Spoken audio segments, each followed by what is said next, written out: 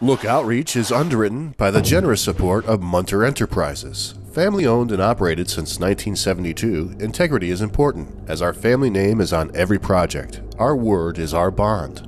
Munter Enterprises. Just build it.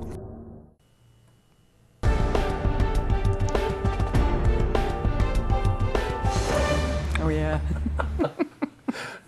Here comes the sun. Doo, doo, doo. Looks like sun. Michele, my belle. I get serenaded. Okay, we have to get serious now.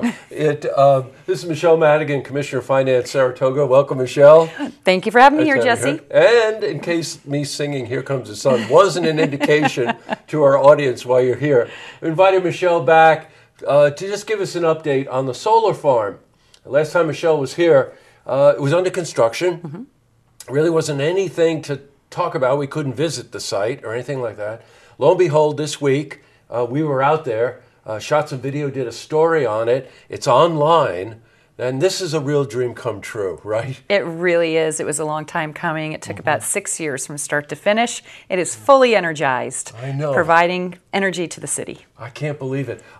Let's just go back just a little bit. It was a long process, and it involved grant writing, a substantial amount of money. I think I reported the other night close to $1.5 million, right? Yep. And you secured the funds, secured the company to partner with to get this done. And out on Weibel Avenue, for anybody who knows the history of Saratoga, a pretty unsightly scene for many, many years because it was the site of the dump. They covered that over, sealed it up, planted grass and everything else, and now there's a solar farm there. Whoa, you talk about the future coming, barreling right down on us, right? It's very exciting. What else could we do with that land? And now we've got a 2.5 megawatt spa solar park, a solar array on our landfill, generating 40% of the city's energy usage. Now, I want to talk about that. In case you want to know about the solar park itself, close to 8,000 solar panels are there. I think you had the exact number. What was it, 7,992? You got it on the nose. How come not 93? What happened? You know, I'm a big fan of rounding up and rounding off numbers. I'm not sure what happened there. Well, as Commissioner of Finance, you probably find yourself in that situation, right? So close to 8,000 panels, when fully operational online, will offset about 40% of the energy needs of the city. Interesting statistic. That represents, in kind of rough terms here, 2,317 metric tons of CO2 are saved. And check this out, 72,000 barrels of oil. This is offset by this solar park coming online.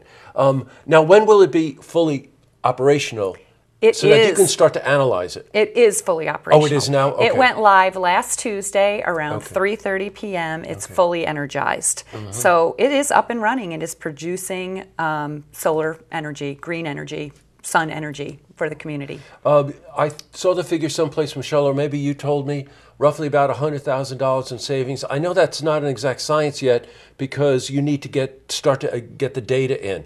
But that's a fairly accurate number, isn't it? Yeah, I think so. But I certainly don't want to overestimate it. We are waiting for about 3 months worth of actual data to see what the real savings is. We work with Onyx Renewables. They've done projects like this, and they have yet to see where a municipality has not seen a savings. So we anticipate, on behalf of taxpayers and the community, about $100,000 savings as a result of this whole process. Now, you work very closely with Sustainable Saratoga, that Absolutely, group, right? yes. Okay. You figured they would spearhead something like this as well, right? Yeah. Well, they came to me back in 2012 with this idea, made us aware of the Governor's New York Sun program through NYSERDA, and that's when I decided to champion this and take this whole project on. I've got it. Just recently, I had a meeting with a solar company here, Monolith, and I was very impressed with them. And one of the things that they spoke about, you're kind of looking for next steps, these community solar farms. Very impressive, where a lot of vacant land, some of it's used to create these community solar farms. Tell me what that's like. So it would be similar to the solar array that we have now out on Weibel Avenue, except this one would be for the community. So people who don't want to put panels on their rooftop, or maybe they're covered by too much shade, this would be open to residents, small businesses, even some institutions, because you're talking about, again, a large solar array, a 2.5 megawatt solar system. system. Now I think we're going to see more of these community solar programs happening, much like a community garden. Everybody can buy in and participate.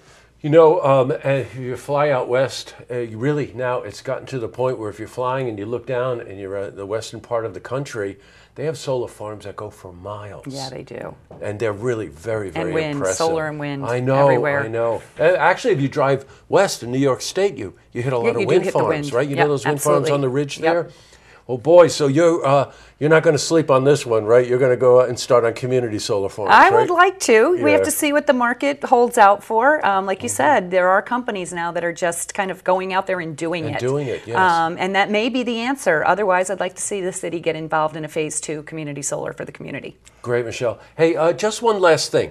We're getting very involved in the city charter proposal to change the current form of government. And as I told you, we will be having a forum presenting both sides of the issue so you can get more information about it. Where do you stand on this? So I have had time to review the final document that's come out from the Charter Review Commission, and I do not support this particular revision to the charter. Okay. I would have taken an approach where we took our existing charter, our existing form of government, our commission form of government, and made some much needed changes to this our current charter. We've been working under it for 10 to 15 years now, and there are some things that we know need revision. I think what we've done here, moving toward a city manager with sort of a strong mayor component, hybrid, is going to be tough on the community. It's a major infrastructure change, and I believe a lot of costs associated with that change. Well, I certainly look forward to speaking with you more as we get closer to November. I would enjoy that. Thank you, Jesse. All right, well, have a safe weekend, okay? Yeah, you too. Enjoy. See you on the other side. See you on the other side. Okay. To see this interview again, you can head to our website, looktvonline.com.